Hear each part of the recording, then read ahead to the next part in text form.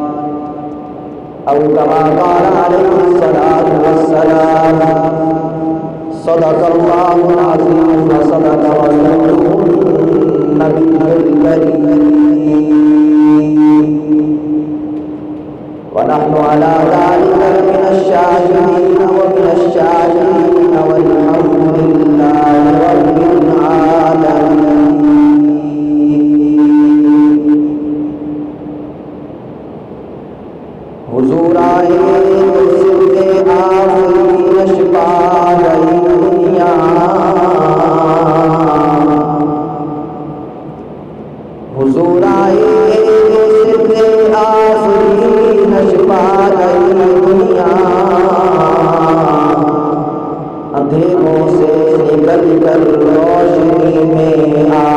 گئی دنیا، مجھے چہروں کا ذکرہ ستے چہروں پہ نور آیا، حضور آئے تو انسانوں کو جینے کا شعور آیا۔ یا رب صلی وسلم دائما ابدا علی حبیبک خیر الخلق کلہم۔ تمام احباب ذوق و شوق سے عبادت کی مدد سے بات تلاوت فرما لیں۔ اللہم صل علی محمد فی اول کلامنا، اللہم صل علی محمد فی اوسط کلامنا،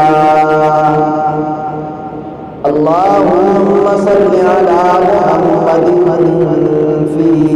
آخر کلامنا۔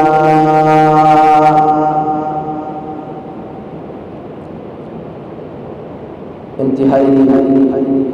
واجب الاحترام قابل صدر اعظم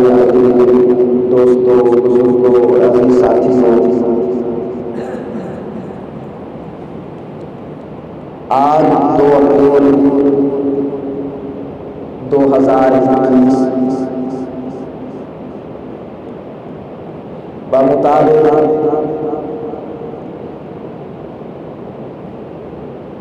تقریباً 18-19 شعبان المعظم 1442 میرا مادر علمی، میرا پیارا ادارہ جامعہ خیر العلوم خیر مولدہ میوالی اس جامع مسجد القادر میں ہم دعوت و تبلیغ کی نسبت سے جمع ہیں۔ دعا فرمائیں کہ اللہ تعالیٰ ہم سب کا آنا، بیٹھنا، سننا سنانا قبول منظور فرمائے،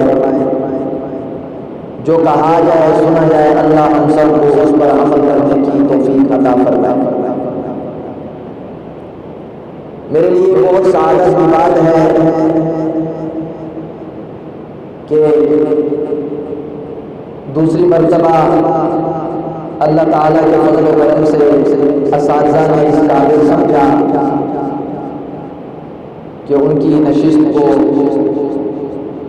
خالی نہ کیا جائے، ان کی حاضری کو کسی طریقے سے لگوایا جائے۔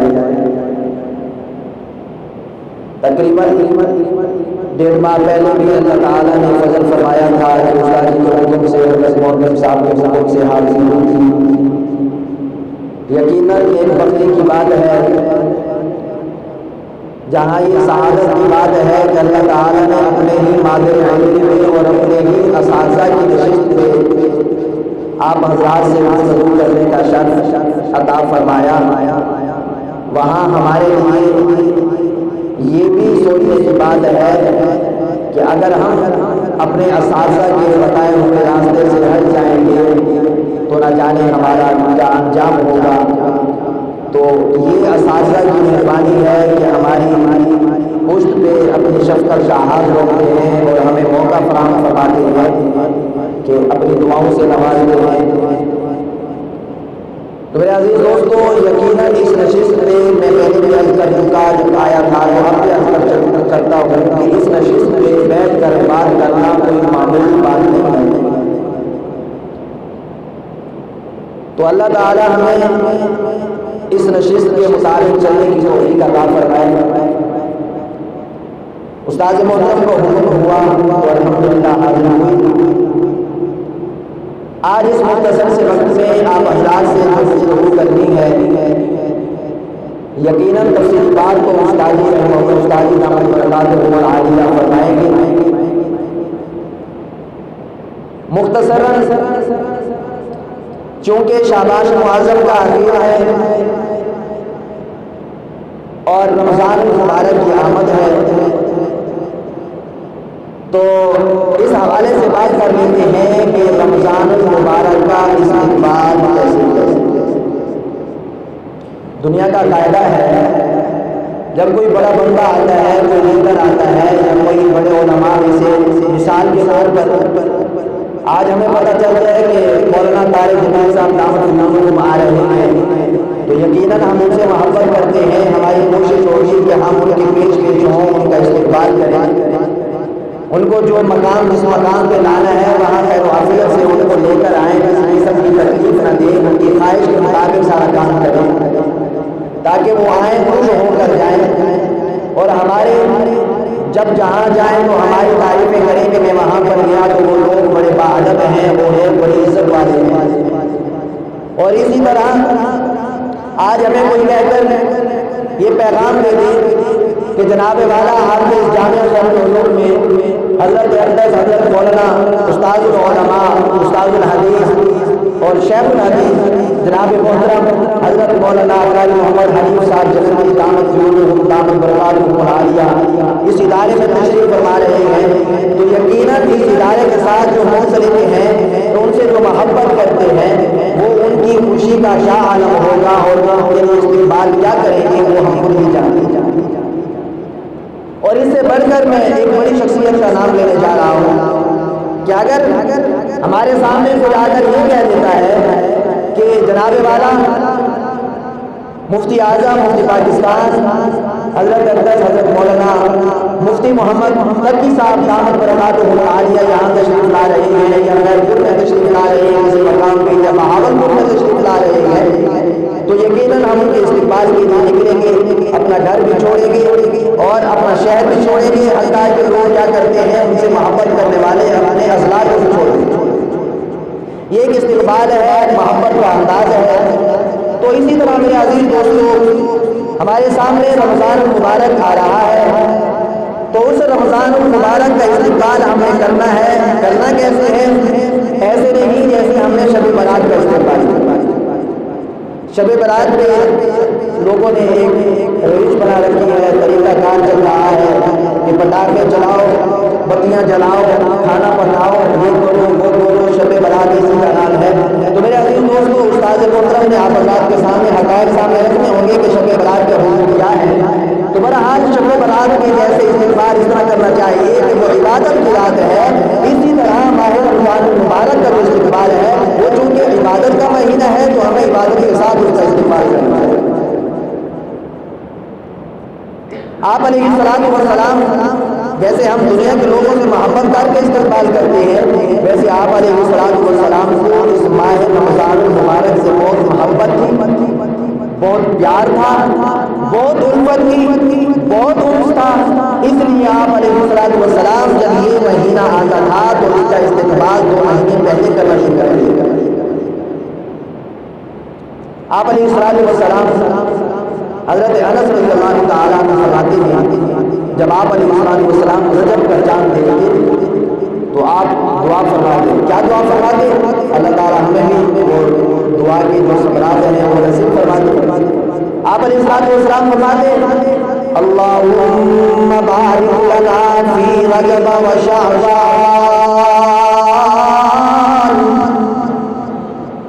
وبلغنا رمضان۔ اللہ سے دعا کرتے ہیں اللہ، اے میرے پیارے اللہ، اے میرے میرے اللہ، اے میرے بگڑی بنانے والے اللہ، اے تمام جہانوں کے مالک اللہ،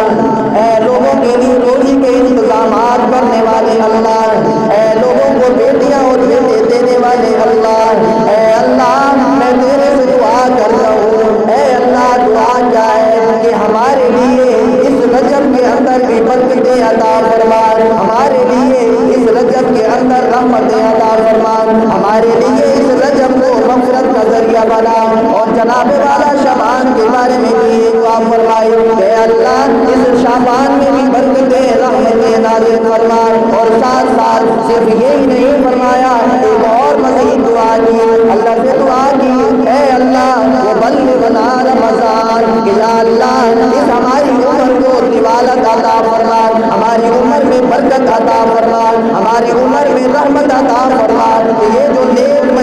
آنے والا ہے، یہ نیک گھڑیاں جن کا آنے والا ہے، میرے اللہ ہمیں وہ نیک گھڑیاں حاصل کرنے کی توفیق عطا فرما۔ نبی پاک صلی اللہ علیہ وسلم نے فرمایا، ایک مرتبہ صحابہ کرام تشریف فرما، آپ علیہ السلام نے فرمایا ما لا يستقبلون وتستقبلون، کہ کون ہے جو تمہارا استقبال کر رہا ہے اور تم کس کا استقبال کر رہے ہو؟ صحابہ کرام سوچ و بچار میں مبتلا کہ اللہ کے نبی صلی اللہ علیہ وسلم یہ کیسا سوال،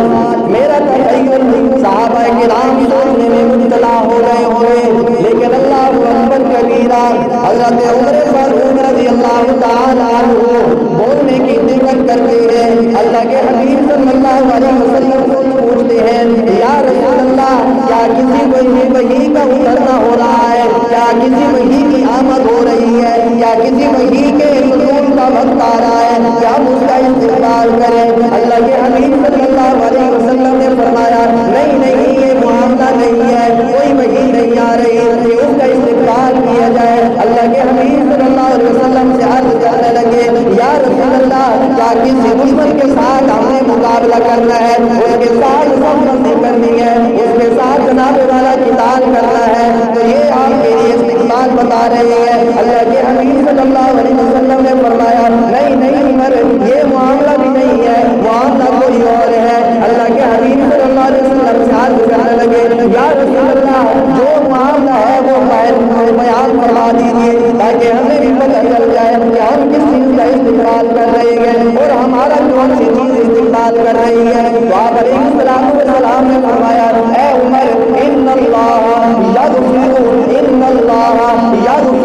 فی اول لیلۃ من شہر رمضان لکل اہل القبلہ، فرمایا عمر مجھے پتہ نہیں کہ ایک ایسا برکتوں والا مہینہ آنے والا ہے، رحمتوں والا مہینہ آنے والا ہے، شفقتوں والا مہینہ آنے والا ہے، مغفرتوں والا مہینہ آنے والا ہے۔ اللہ اس میں کیا کرتے ہیں، ایک پیکیج عطا فرماتے ہیں۔ اللہ فرماتے ہیں میں اس مہینے کی پہلی رات کو ہی جتنے لوگوں کی مغفرت فرما دیتا ہوں، جتنے لوگ فرمایا لکل اہل القبلہ، جتنے بھی اہل قبلہ ہیں مسلمان ہیں سب کی مغفرت فرما دیتا ہوں۔ یہ تو وہ مہینہ ہے، اتنی برکتوں والا مہینہ ہے تو اس کا استقبال بھی ویسے ہی کرنا چاہیے، اس کے جو حقائق ہیں جو اس کے حقوق ہیں وہ بھی پورے کرنے چاہیے۔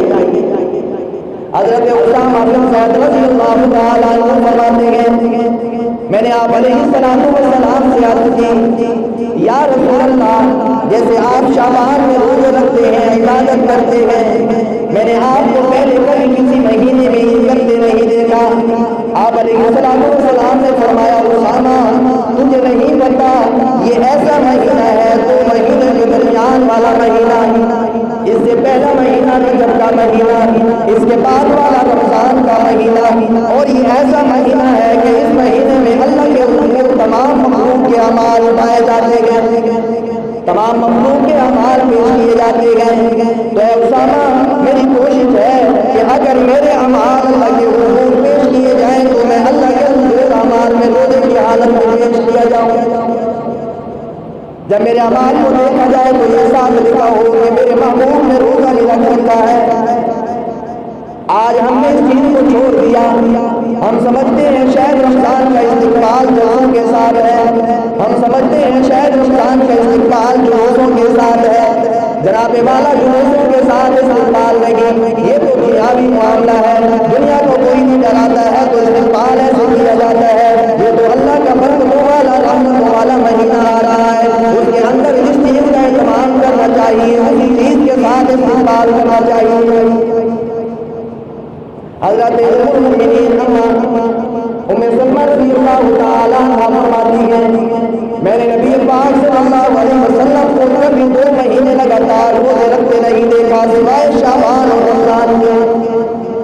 فرمایا شعبان کے اندر اس طرح روزے رکھتے ہیں آپ علیہ السلام کے رمضان کا مہینہ آ جاتا ہے، اور یہ کیوں کیا جاتا ہے؟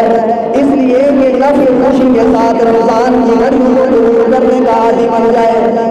اگر ہم نفس کو اس چیز پر آمادہ نہیں کریں گے عادت نہیں کروائیں گے تو نہ جانے وہ رمضان کے روزے قبول کرے گا، گھڑیاں قبول کرے گا کہ نہیں۔ اس لیے فرمایا جب نفس عادی بن جاتا ہے، اس کی عادت بن جاتی ہے روزہ رکھنے کی، قرآن کی تلاوت کرنے کی، جناب والا سرکار خیرات دینے کی جب عادت بن جاتی ہے تو رمضان کی گھڑیاں اس کے لیے مشکل نہیں ہوتی۔ تو اللہ تعالیٰ ہمیں بھی یہ نصیب فرمائے، یہ استقبال ہمیں نصیب فرمائے۔ حضرت انس رضی اللہ تعالیٰ عنہ فرماتے ہیں جب شعبان کا مہینہ آتا تھا ہم صحابہ کرام کو دیکھتے تھے کہ وہ قرآن کی طرف جھک جاتے تھے، یعنی قرآن مجید کی تلاوت کو کثرت کے ساتھ کرنا شروع کر دیتے تھے، اس لیے کہ رمضان میں قرآن کی تلاوت کرنی ہے۔ اور جناب والا صرف یہی کام نہیں کرتے تھے، ساتھ ساتھ یہ بھی کرتے تھے کہ اپنے مال کی زکات نکال کر غرباء مساکین تک پہنچاتے تھے۔ آج علماء ہمیں کہتے رہتے ہیں زکات دو زکات دو زکات دو، لیکن ہم کیا کرتے ہیں کہ لوگ بھی تو ایسی باتیں کرتے ہیں۔ میرے عزیز دوستو، زکات بہت اہم معاملہ ہے۔ میں نے آپ حضرات کے سامنے بخاری کی ایک حدیث تلاوت کی۔ اللہ کے حبیب صلی اللہ علیہ وسلم نے فرمایا اسلام کی بنیاد اس کی عمارت 5 ستونوں پر ہے۔ ان 5 ستونوں میں پہلا ستون توحید ہے کہ اللہ تعالیٰ کے ساتھ کسی کو شرک بھی نہ کیا جائے، اللہ تعالیٰ کے ساتھ کسی کو نہ صفات میں نہ ذات میں کسی کا شریک نہیں کیا جائے۔ اور میرے عزیز دوستو، ساتھ ساتھ نبی اللہ صلی اللہ علیہ وسلم کی رسالت کا اقرار بھی کیا جائے۔ آپ علیہ السلام کو کچھ لائے ان تمام چیزوں پر عمل کرنے کے لیے اپنے آپ کو پابند کیا جائے، یہ پہلا رکن ہے۔ جب پہلا رکن ہو گیا تو اس کے بعد فرمایا نماز کو قائم کرو۔ نماز کو قائم کرنے کا حکم ہے، پڑھنے کا حکم نہیں ہے۔ جیسے آج ہم کرتے ہیں یہ جو نماز پڑھ رہے ہیں، نماز کا قیام میں صحابہ والا نبی والا ہوتا ہے، تیر لگ جاتے ہیں پتہ نہیں چلتا۔ خود فرماتے ہیں جب نہیں نکالنا ہو تو میری نماز کی حالت میں نکال لینا، یہ ہوتی ہے نماز۔ آپ نماز پڑھ رہے ہیں، زمین کے اوپر جناب والا چھت گر کرتی ہے،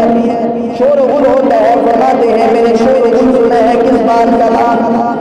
صحابہ کرام اور صحابیات کرتی ہے یا رسول اللہ قربان رہے آپ پر کہ یہاں تو معاملہ بہت گرم ہو چکا تھا، آپ تو نماز میں مصروف تھے۔ فرمایا میں نماز میں ایسا مصروف تھا کہ مجھے پتہ ہی نہیں چلا۔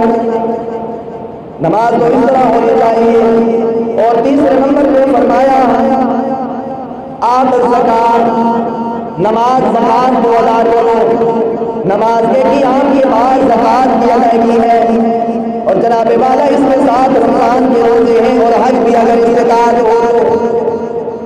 رمضان کا استقبال جیسے صحابہ کرام نے کیا۔ حضرت انس کی روایت میں ظاہر ہو رہا ہے کہ قرآن کی طرف بھی جھک جاتے تھے، اپنے اموال کی زکات نکال کر غرباء مساکین تک پہنچاتے تھے تاکہ وہ بھی اپنی ضروریات کو پورا کر کے رمضان کا مہینہ صحیح طریقے سے گزار سکیں۔ ہم فطرانہ کا ادا کرتے ہیں جب دین پڑھنے جاتے ہیں، ہم یہ فطرانہ ادا کرنے کا حکم یہ ہے کہ پہلے ادا کرو تاکہ وہ غرباء مساکین اپنی ضروریات کو لے سکیں، اپنی مصروفیات کو رمضان سے پہلے پورا کیا جائے تاکہ رمضان کے اندر رمضان کا مکمل استقبال کیا جائے اور اس رمضان کے مکمل سعادت کو حاصل کیا جائے۔ صحابہ کرام کی طرح اللہ تعالیٰ ہمیں بھی یہ استقبال نصیب۔ آپ علیہ السلام نے فرمایا ایک مہینہ آنے والا ہے، وہ رحمتوں والا مہینہ ہے، شفقتوں والا مہینہ ہے، اور ایسا مہینہ ہے کہ اگر تم اس مہینے میں ایک عام نیکی کرو گے تو وہ تمہیں غیر رمضان میں جیسے تم نے فرض ادا کیا اس کا ثواب ویسے ہی ہے، اور اگر تم اس مہینے میں ایک فرض ادا کرو گے تو گویا غیر رمضان میں جب تم نے 70 فرض ادا کیے تو اس ایک فرض کا ثواب 70 فرضوں کے برابر ہے۔ اور فرمایا اس کثرت کو استغفار کی اللہ تعالیٰ سے جنت مانگو، جنت الفردوس مانگو۔ تو میرے عزیز دوستو اللہ تعالیٰ ہمیں یہ نصیب فرمائے۔ آج کا جو ہمارا موضوع تھا وہ یہی تھا کہ استقبال ہم کیسے کریں رمضان کا، اور زکات کے معاملے میں تھوڑی گفتگو ہو جائے۔ آپ علیہ السلام کا فرمان کہ زکات ادا کرو، اور اللہ تعالیٰ نے قرآن مجید میں فرمایا وَأَقِیمُوا الصَّلَاةَ وَآتُوا الزَّکَاةَ، جیسے ہی نماز کا حکم فرمایا ساتھ اللہ نے زکات کا حکم فرمایا۔ قرآن مجید میں جتنی جگہ پہ بھی آپ دیکھیں کہ انشاءاللہ نماز کے ساتھ ساتھ زکوٰۃ کا حکم ہے، اور زکوٰۃ اسلام کی بنیاد کا حکم ہے جیسے حدیث میں آیا ہے۔ تو اگر ہم زکوٰۃ کے پہلو کو چھوڑ دیں گے یا رمضان کے پہلو یعنی روزوں کے پہلو کو چھوڑ دیں گے تو ہمارا ایمان ناقص ہوگا، کامیاب نہیں ہوگا۔ ایمان کو مضبوط کرنے کے لیے، ایمان کو تقویت دینے کے لیے اسلام کے جو حقوق ہیں، ان کی جو بنیاد اور جو اصول ہیں ان کو پورا کیا جائے گا تو تب ایمان پورا ہوگا، ورنہ نہیں ہوگا۔ تو یہ زکوٰۃ ہم سمجھتے ہیں کہ شاید یہ ہمارے لیے یہ زکوٰۃ، تو میرے عزیز دوستو یہ زکوٰۃ صرف ہم پر فرض نہیں کی، جتنے بھی انبیاء آئے ہیں اللہ تعالیٰ نے سب پر زکوٰۃ فرض کی، ساری امتوں پر زکوٰۃ فرض کی۔ اٹھاؤ قرآن کے اندر دیکھو ہر چیز واضح ہے۔ سورۃ البقرہ آیت نمبر 83 اس بات پر دلالت کر رہی ہے، جب اللہ تعالیٰ نے بنی اسرائیل سے عہد لیا، وعدہ لیا کہ تم نے یہ کرنا ہے، یہ کرنا ہے، یہ کرنا ہے، تو ان وعدوں میں اس عہد میں ایک عہد زکوٰۃ ادا کرنے کا ہے، جس کو بنی اسرائیل نے چھوڑا۔ اور پھر ہوا کیا؟ جب انہوں نے زکوٰۃ کے پہلو کو چھوڑا تو اللہ تعالیٰ نے ان کے اوپر ایسا عذاب مسلط کیا کہ 40 سال تک ایک ہی وادی میں گھومتے رہے، ان کو راستہ نکلنے کا نہیں۔ صبح نکلتے تو راستہ طے کرتے، جب شام کو پڑاؤ کرتے تو صبح جب دیکھتے تو اسی جگہ پہ ہوتے تھے جب صبح سے وہاں تو چلے۔ تو میرے عزیز دوستو، اللہ کے حبیب صلی اللہ علیہ وسلم نے فرمایا جب اللہ تعالیٰ ناراض ہو جاتا ہے، لوگ زکوٰۃ ادا نہیں کرتے، اللہ ناراض ہو جاتا ہے، پھر اس کا وبال کیسے آتا ہے، اس کا نقصان کیسے ہوتا ہے، کس صورت میں ہوتا ہے؟ وہ یہی ہوتا ہے کہ بے موقع بارشیں آنا شروع ہو جاتی ہیں، یہی ہوتا ہے کہ پکی فصلیں تباہ ہو جاتی ہیں، یہی ہوتا ہے کہ جب بارش کی ضرورت ہوتی ہے تو وہ آتی نہیں۔ بنی اسرائیل میں جب حضرت موسیٰ علیہ السلام نے اللہ سے عرض کی یا رسول اللہ تیری رضا اور ناراضگی کا پتہ کیسے لگے گا؟ تو آپ نے فرمایا، اللہ تعالیٰ نے فرمایا کہ اس لیے تو سادہ سی مثال ہے، سادہ سا معاملہ ہے۔ تم دیکھو جب تمہاری منشا کے مطابق بارش آ رہی ہے تو میں راضی ہوں، اگر تمہاری منشا کے مطابق بارش نہیں آ رہی تو میں ناراض ہوں۔ ہمیں سے ہر ایک جانتا ہے کہ ہماری منشا کے مطابق بارشیں نہیں آ رہی، بارشیں آتی ہیں تو زیادہ آتی ہیں، نقصان کر کے جاتی ہیں، لیکن ہم سوچنے سمجھنے کی فرصت ہی ہمیں نہیں ملتی کہ ہم سوچیں کہ ایسا نہیں ایسا نہیں ایسا نہیں۔ جانتے ہیں کہ ہم گناہ کرتے ہیں، اللہ کے حضور ہم باغی بنے ہوئے ہیں، اللہ کے حکم کو پورا نہیں کر رہے، پیارے حبیب صلی اللہ علیہ وسلم کے حکم کو پورا نہیں کر رہے، ہم جانتے بھی ہیں، اس کے باوجود بھی ہم بغاوت کا اعلان کرتے ہیں، اللہ کے حضور بھیج نہیں ہوتی اور اپنے آپ کو توبہ کے لیے۔ یہی معاملہ ہے کہ آج ہم پریشان ہیں، ہر لحاظ سے پریشان ہیں، اعمال جیسے ہمارے اعمال ہوں گے ویسے ہمارے حکمران ہوں گے۔ ہم نشانہ بناتے ہیں حکومت کو کہ یہ کر رہی ہے وہ کر رہی ہے، ہم یہ نہیں دیکھتے کہ ہمارے اعمال کیسے۔ کاش کہ اگر ہم اپنے محاسبہ کرنے والے بن جاتے، اپنے اعمال کو دیکھنے والے بن جاتے تو آج ہم دوسروں کی کوتاہیاں، دوسروں کی خطائیں نظر نہ آتی۔ جب بندہ اپنے گریبان میں دیکھنا شروع کر دیتا ہے تو دوسروں کے گریبان کی طرف دیکھنا نصیب نہیں، اپنی فکر میں ہوتا ہے کہ میرا کیا ہوگا۔ تو اللہ تعالیٰ ہمیں یہ سوچنا نصیب۔ تو کیا فرمایا اللہ تعالیٰ نے بنی اسرائیل پر زکوٰۃ فرض فرمائی تھی، انہوں نے انکار کر دیا، ان پر وبال آیا۔ اور اسی طرح جناب والا سورۃ انبیاء آیت نمبر 73 میں بھی یہی فرمایا اللہ تعالیٰ نے۔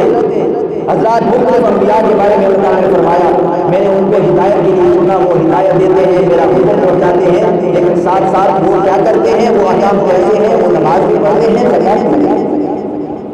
تو یہ زکوٰۃ کا حکم ہمارے لیے نہیں ہے بلکہ سارے انبیاء لے کر آئے۔ اور اسی طرح سورہ مریم میں اللہ کے نبی حضرت عیسیٰ علیہ السلام ان کے بارے میں بھی یہی ہے۔ تو اللہ تعالیٰ نے مجھے حکم دیا ہے کہ میں زکوٰۃ ادا کرتا رہوں، نماز ادا کرتا رہوں جب تک میں زندہ ہوں۔ تو میرے عزیز دوستو، یہ بہت بڑی سعادت ہے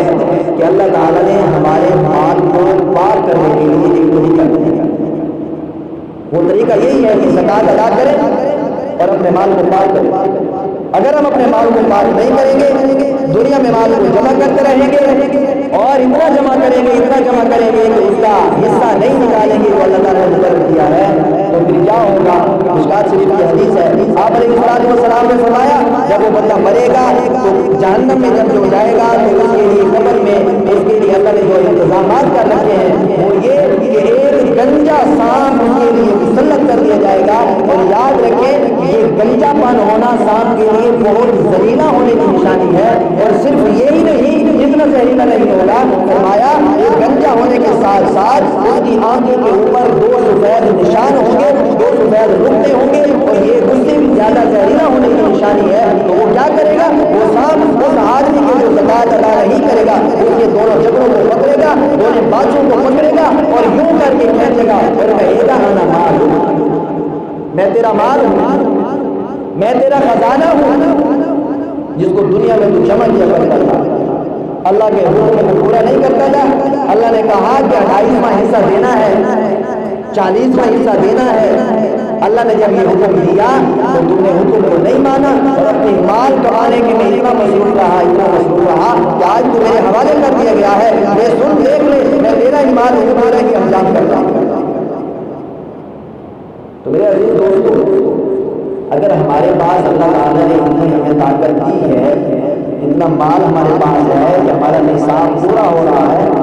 علماء سے رابطہ کریں، نصاب تمہیں میں بتا دیتا ہوں، مسائل علماء سے رابطے کریں، ان کو اپنے مال کی نوعیت بتائیں، وہ آپ کو بتائیں گے آپ کا مال کتنا ہے اور آپ کے مال کی زکات کتنی نکلتی ہے۔ نصاب سادہ ہے کہ اگر اکیلا سونا ہے تو 7.5 توڑے سونا، اس کے ساتھ نہ چاندی ہو، نہ اس کے علاوہ جناب والا نقدی سامان نقدی قیمت ہو، اور نہ ہی مال تجارت ہو، اور اگر چاندی ہے تو 52.5 توڑے چاندی، اور اس کے علاوہ جو تھوڑا سا سونا، تھوڑی سی چاندی، مال تجارت اور جناب والا نقدی رقم جو ہمارے پاس موجود ہوگی، تو اس کے لیے ہم یہ نہیں دیکھیں گے کہ سونے کی قیمت کو دیکھیں، نہیں، اس کے لیے شریعت نے حساب طے کر دیا ہے کہ آپ 52.5 توڑے چاندی کی قیمت کو لگائیں گے۔ اور مفتی معین الدین صاحب دامت برکاتہ عالیہ کا آج میسج میں نے پڑھا کہ انہوں نے فرمایا کہ تقریباً 78,000 روپے آج کے دور میں 52.5 توڑے چاندی کی قیمت ہمارے بینک میں اگر 52.5 توڑے چاندی کی قیمت یعنی 78,000 موجود ہے، ہمارے اوپر زکات واجب ہے، زکات ادا نہیں کریں گے میرے عزیز دوستوں بہت ہی گھاٹے کا سودا ہے، بہت ہی نقصان کی گھڑی آنے والی ہے، اللہ نہ کرے کہ ہمیں وہ دیکھنے نصیب ہو۔ تو اللہ تعالیٰ سے دعا ہے کہ اللہ تعالیٰ ہمیں زکات جو ہمارے مال ہے وہ دیکھ کر پرکھ کر ان کے حساب کو دیکھ کر اس کا جو حصہ بنتا ہے وہ ادا کرنے کی کوشش کرنا۔ جب ہم مال کو ادا کر دیں گے، ایک اور فلسفہ دنیا میں چلا ہوا ہے، لوگ کہتے ہیں مال دیں گے تو مال تو کم ہو جائے گا، مال دیں گے تو مال کم ہو جائے گا، حالانکہ یہ بات نہیں۔ اللہ نے قرآن مجید میں اس کا جواب دیا، جب حق اللہ کا وہی اللہ تعالیٰ نے فرمایا سود اس میں تو نقصان ہے، یہ تو ہلاک کرتا ہے، یہ تو ضائع ہو جاتا ہے، یہ تو نقصان کا سودا ہے، وَيُرْبِي الصَّدَقَاتِ، لیکن جب تم زکات ادا کرو گے، صدقات ادا کرو گے تو وہ تمہارے لیے نقصان کا باعث نہیں بنے گی، وہ ڈر۔ آج ہمارے ذہن میں یہ بات آ جائے، ہم سود کے پیچھے پڑے ہوئے، ہم کہتے ہیں کہ سود لیں گے 1 روپے دیں گے 10 روپے واپس لیں گے تو بڑھ رہا ہے، 1,000 دیں گے 2,000 واپس لیں گے تو بڑھ رہا ہے، 1 لاکھ دیں گے 2.5 لاکھ واپس لیں گے تو بڑھ رہا ہے۔ میرے عزیز دوستوں ظاہراً تو بڑھ رہا ہے، حقیقت میں جہنم کا ایندھن بن رہا ہے۔ بہت سارے ایسے واقعات ملتے ہیں کہ لوگ سود کا مال لے کر سود کے پیسے اٹھا کر اپنی کاروبار کرتے ہیں، نقصان ہو جاتا ہے، قرضہ بھی آ جاتا ہے اور کام بھی نہیں ہوتا، اپنی کھیتی باڑی کرتے ہیں۔ میں نے ایک واقعہ سنا تھا کافی عرصہ پہلے کی بات ہے، شاید آج اس چیز کو سن رکھا ہو آپ نے، تو کیا ہے کہ دریا کے اندر کسی نے اپنی زمین کاشت کی، دریا جب خشک ہوتا ہے زمین کاشت کی، اور اس نے کیسے کاشت کی کہ بینک سے اس نے سود اٹھایا اور بہت ساری زمین اس نے بنائی اور کاشت کی۔ جب اس کی کاشت عین عمر پر تھی، عین اس کے شباب تھا، کاٹنے کے دن تھے، اٹھانے کے دن تھے، تو اللہ تعالیٰ نے دریا کے اندر پانی چلایا اور پھر دریا نے اس کو ڈبویا نہیں، صرف یوں نہیں کہ اوپر سے پانی گزر گیا، پھر دریا نے کیا کیا، پانی کے نیچے سے زمین کو کھانا شروع کر دیا،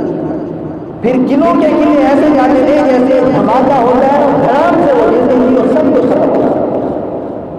تو یہ سود کا انجام ہے، یہ سود کا انجام ہے میرے عزیز دوست۔ جو بندہ سود کو حلال سمجھتا ہے وہ بیعت کرتا ہے دائرہ اسلام سے خارج،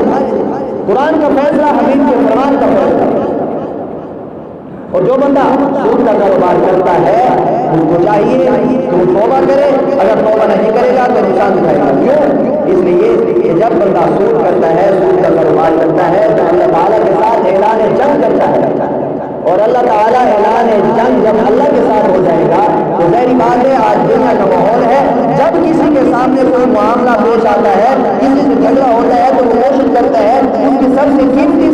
چیز کو یوز کرے تاکہ اس کو میں کمزور کر دوں اور اس کو میں بالکل ناکارہ کر دوں۔ تو جب اللہ کے ساتھ آ جانا جنگ ہوگا تو اللہ تعالیٰ ہم سے کیا چھینیں گے؟ جو سود کا کاروبار کرتے ہیں، سود کو حلال سمجھتے ہیں، ان کے ساتھ کیا ہوگا؟ ہمارے پاس جو اس وقت سب سے قیمتی چیز ہے وہ ہے ایمان۔ سب سے قیمتی چیز اللہ کی جتنی بھی نعمتیں ہیں سب اعلیٰ، لیکن سب سے جو اعلیٰ نعمت ہے وہ ہے ایمان۔ ایمان جب اللہ کے ساتھ ہم جنگ کا اعلان کریں گے تو اللہ تعالیٰ ہمارا ایمان جو سود والے ہوں گے ان کا ایمان سلب کر لیں گے، وہ دنیا سے جائیں گے تو اسلام سے دور رہیں گے۔ تو اللہ تعالیٰ ہمیں اس پر سوچ و وچار نصیب فرمائے، سود کے کاروبار سے ہمیں خلاصی نصیب فرمائے، جو کرتے ہیں ان کو اللہ تعالیٰ سوچنے کی توفیق عطا فرمائے اور اس معاملے کو ختم کر دے جو نبی علیہ السلام نے حضرت اللہ کے موقع پر فرمایا تھا، اپنے چچا عباس رضی اللہ تعالیٰ کے بارے میں فرمایا تھا، ان کا بہت بڑا کاروبار تھا سود کا، لیکن اس وقت سود چلتا تھا، لیکن جب حکومت آئی تو آپ علیہ السلام نے سب سے پہلے یہی فرمایا کہ میں آج اس سود کے کاروبار کو اپنے گناہوں کی نوٹ پہ رکھتا ہوں۔ سارے معاملات ٹھپ ہو گئے، بات کا بہت بڑا کاروبار، لیکن گیا اللہ کے حبیب نے حکم دے دیا، اللہ کا فرمان آ گیا کہ بس ختم۔ اور نبی کی بات کو سن کر بندہ جب ضد جاتا ہے اور اس کے اوپر اپنے آپ کو پابند کر لیتا ہے تو وہ کامیاب ہوتا ہے۔ تو سارے حضرات اس کی کوشش کریں گے نا تو اللہ تعالیٰ ہمیں اس بات پہ بھی سوچنے کی توفیق عطا فرمائے اور رمضان کا استقبال کرنے کی بھی توفیق عطا فرمائے اور بہترین استقبال کرنے کے بعد اللہ تعالیٰ ہمیں اپنے اموال کی زکات ادا کرنے کی بھی توفیق عطا فرمائے۔ بارک دعوانا الحمدللہ رب العالمین۔